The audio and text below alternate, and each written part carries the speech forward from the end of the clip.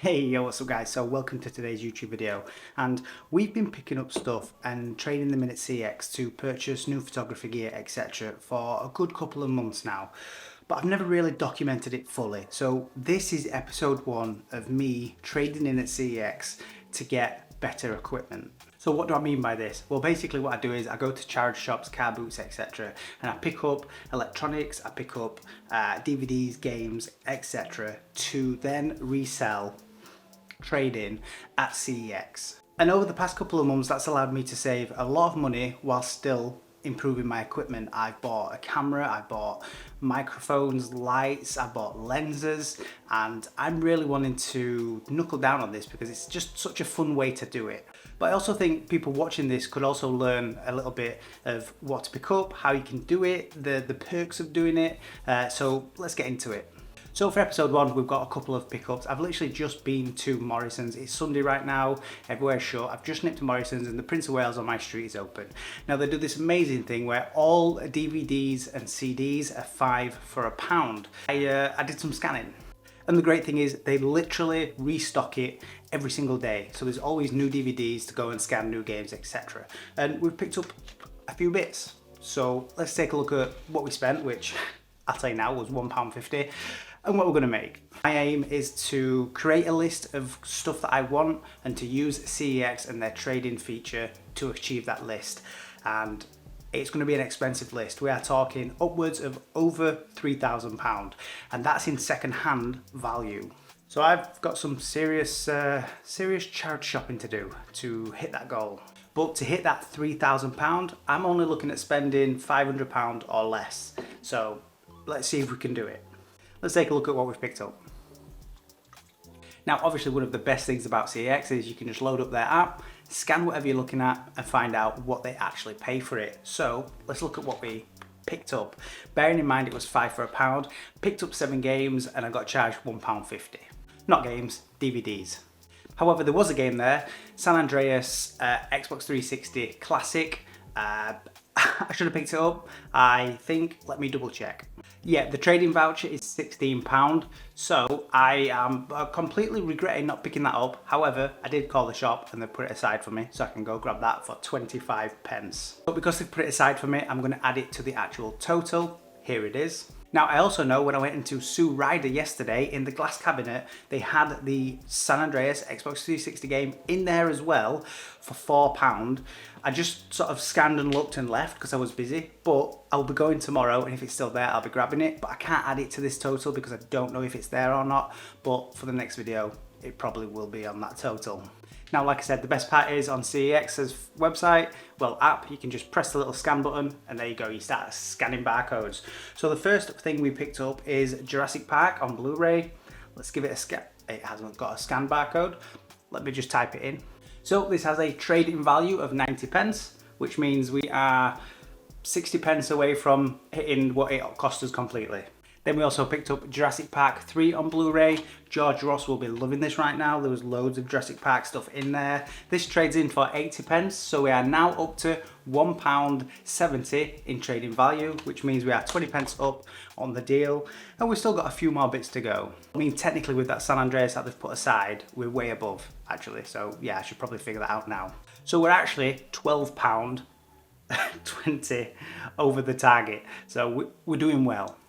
Next up is one of my all-time favourite films. I've got tattoos from it, I've got the author, the books, everything. This is The Lord of the Rings. Let's take a look and see what it is on Blu-ray. Now, I'm going to guess it's not a crazy amount, but it's also not a lit. Okay, £5. I will take £5 trade-in for that. So we're up to £17.20. I will take that. That has surprised me.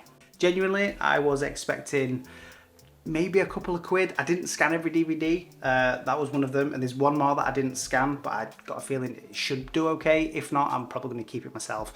In fact, let's take a look at that one next. So this one isn't a DVD, it is the Final Fantasy Day 1 edition for the PS4, so let's give it a scan and let's see. If it's not worth much, I think I might just keep it. It doesn't scan on the barcode, so Final Fantasy PS4. Let's take a look. £1.60. £1.60 trading value. So actually, I will stick it to the trading pile. £1.60 takes us up to 1720, 1780. It takes us up to 1880. So we're not doing too bad.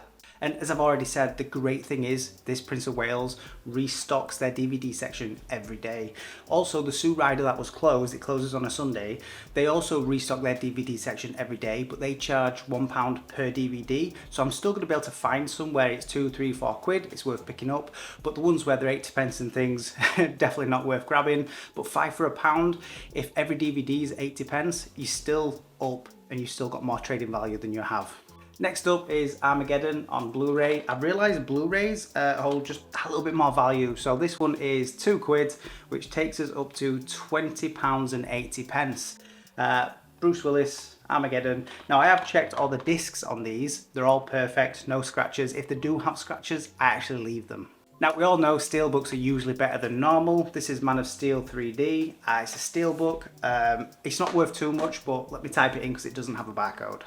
So it trades in for £1.30, which even if it was just this one, it nearly covers a lot of 5 for £1.30. So, well, in fact, a lot of 5, it covers it by 30p. £1.30 added, so that is now £22.10. And then the one that surprised me probably the most, if I'm going to be honest, apart from the Lord of the Rings one, is this one. This is Poison Ivy 2. It's an older DVD. I'm not sure from when, but let's scan it and let's show you that they sell it for £12 and they pay trading 6 quid. That's not bad. So for the sake of £1.50, we are up to £28 something. 10, I think. Whatever it is, it's here. I know it's £28. I'm just not sure right now what the pence is and I can't be bothered to add them all back up. So from £1.50, we're gonna get £28 and something pence towards an item. How amazing is that? Like I said, this is episode 1. I'm obviously not going to spend the £28 something now. I'm going to put these aside, put them in a bag, and we're going to go collect more stuff. Now, I'm probably going to do this video every 2 or 3 days because I'm going to be collecting stuff every couple days, adding them into a video and just putting it out there. So if you're interested in something like this, don't forget to hit that subscribe button and rock that notification bell so when we when we upload this video, you can watch it. Now, we do have one more thing to show before we get out of this video, and it will add a little bit to the amount. We got a iPhone 8 for nothing through family. They've upgraded the phone, just wanted to get rid of it, passed it to me. So let's take a look at what they pay for an iPhone 8. So in grade B, and it is unlocked, we are looking at 87 in trading value. Now, series isn't just about getting it through charity shops and things like that. We're going to be doing car boots. We're going to be grabbing stuff off of Facebook. We're going to be looking on Vinted to see if there's anything. We're going to be, family and friends, if they have anything and want to give it, we'll take it. So we can add that to the total, which puts us at 87, 107, 115 pounds something. So we are well on our way to grabbing an item. In fact, there's 2 items in CEX right now in Leeds that I could grab with that, but I'm going to hold out a little bit and see what else we can add. We're also going to be looking at trading up items. So once we've acquired a lens, we're going to then over time look at adding some more CEX vouchers to then trade in that same lens, add a little bit more onto it and get an upgraded version, a better version. For example, if I wanted to grab a 50 f1.8, we're looking at, 80 quid. But over time, in the next 6 months, if I feel like I want to get an f1.4 or an f1.2, they're obviously looking at more 200, 300 pound, and then we'll add vouchers to that existing lens, trade that lens in and go from there.